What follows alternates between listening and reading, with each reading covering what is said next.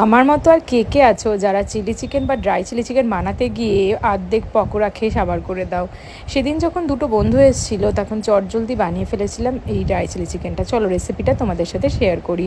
চিকেনটাকে প্রথমে আদা, রসুন, কাঁচা লঙ্কা, নুন, গোলমরিচ আর কর্নফ্লাওয়ার দিয়ে আর একটা ডিম দিয়ে ভালো করে ম্যারিনেট করে রেখে দিয়েছিলাম। আমি এখানে ম্যারিনেট করেছিলাম 15 মিনিট মতো, কারণ আমার কাছে সময়টা কম ছিল, কিন্তু তোমরা সেক্ষেত্রে 2 ঘন্টা ফ্রিজে রেখে দিতে পারো। তারপরে চিলি ফ্লেক্স ছড়িয়ে আরেকবার ম্যারিনেট করে ভেজে নিয়েছিলাম। আর এদিকে একটা সস তৈরি করে নিয়েছিলাম, chili sauce, tomato sauce, dark soya sauce আর ভিনিগার দিয়ে। চিকেন ভাজার তেলের মধ্যেই বেশ কয়েকটা রসুন দিয়ে দেবো ক্যাপসিকাম আর পেঁয়াজ। তারপরে সেটা কিছুটা ভাজা হলে দিয়ে দেবো কাঁচা লঙ্কা, যতটা যা ঝাল খাবে সেই পরিমাণ মতো।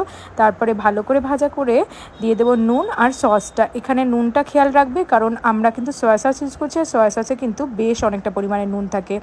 নামানোর সময় তোমরা একটু সাদা তিল ছড়িয়ে দেবে। আমাদের যেহেতু 1 বছর তিল খেতে নেই, তাই আমি দিইনি।